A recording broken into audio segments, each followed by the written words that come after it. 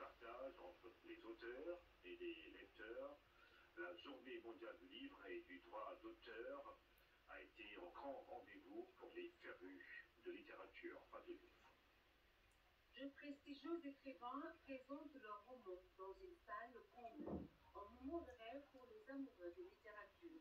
L'auteur, Brigitte Lamy, partage avec le public la quintessence de son ouvrage et la. Il a aîné d'un papa et d'une maman très attachés à leur progéniture, mais qui tous deux, le papa et la maman, ont connu l'échec d'un premier mariage.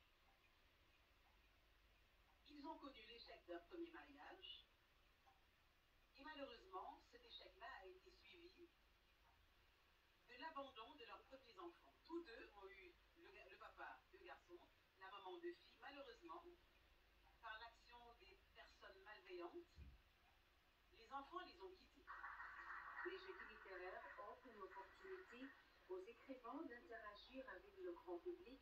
Les élèves apprécient et s'essayent à la lecture avec un style décontracté. Il faut se le dire et le faire. N'obéissent plus à ces nouvelles lois selon laquelle, peu importe qu'un but ait été atteint par des moyens illégaux ou prohibés par la morale ou l'éthique, la fin étant finalement le seul justificatif de la parole ou du comportement. Je m'étonne et je m'interroge que le peuple soit sacrifié, brûlé, mystifié, exploité et vendu depuis 1000 ans au nom de la politique. Le centre culturel Blaise Senghor, en initiant ce concept de susciter le goût à la lecture et d'inciter les populations à plus fréquenter les bibliothèques. Ils me disent, Tata, nous on n'a jamais rencontré un auteur.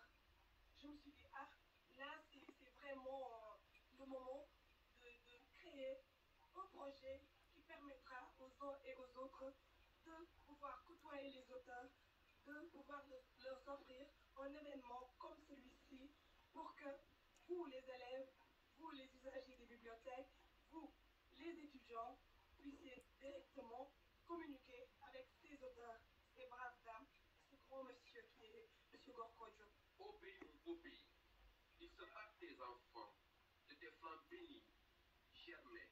Ils se battent, ne battent plus leur cœur pour la paix de ton cœur tant affecté, tant dépité. Pourquoi tes enfants se battent pourtant?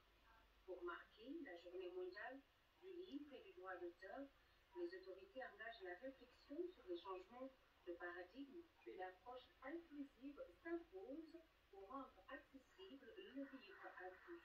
Il nous est arrivé d'organiser ces cérémonies symboliques dans une prison, comme pour dire que nos concitoyens qui sont privés de liberté et momentanément ont bien le droit au rêve et à l'imaginaire à travers la découverte des productions éditoriales de la littérature de notre pays.